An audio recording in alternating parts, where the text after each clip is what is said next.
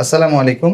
গলায় দীর্ঘদিন ধরে একটি ফোলা ছিল, যাকে বলা হয় থাইরোগ্লোসাল ডাক্ট সিস্ট। এই সমস্যা নিয়ে আমার কাছে রোগী এসেছিলেন, সোহেল রানা তার ভাই। তো তার এটি দীর্ঘদিন ধরে ছিল এবং ব্যথা করতো, মাঝে মাঝে ফুলে যেত, তারপর চুলকাতো।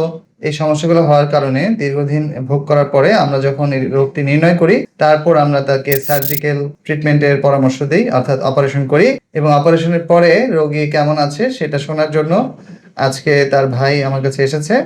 যেহেতু তার ভাই অনেক দূরে থাকে বরিশাল বিভাগে, এই মুহূর্তে বারবার ফলো আপে আসতে পারে না, আর তার ভাই ঢাকাতেই মালিবাগে থাকেন।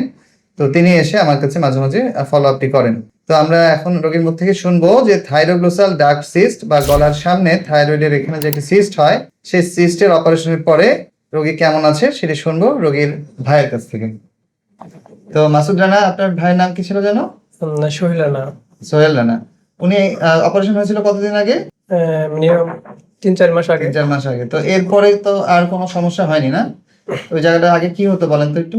ওইটা ফুলে যাইতো এবং পানি বের হইতো, ব্যথা করতো, তাই না? জি।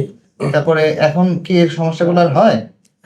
এখন সমস্যাগুলো হয় না। এখন আগে পানি বের হইতো এবং চুলকাইতো, এখন একদমই ভালো আছেন। পানিও বের হয় না, চুলকায়ও না, ফুলেও যায় না। জি জি। আর তার কোনো রকম দুশ্চিন্তা বা ভয় তো আর না, নেই না? এখন এটা নাই। আচ্ছা, তাহলে রোগী সম্পূর্ণ সুস্থ আছে আলহামদুলিল্লাহ। যাই হোক, আজকে একটি আশার গল্প নিয়ে আমরা এসেছিলাম। সেটি হচ্ছে যে সার্জারির মাধ্যমে আসলে দীর্ঘমেয়াদী যদি কোনো সিস্ট থাকে বা ফোলা থাকে, সেগুলো সুচিকিৎসা সম্ভব।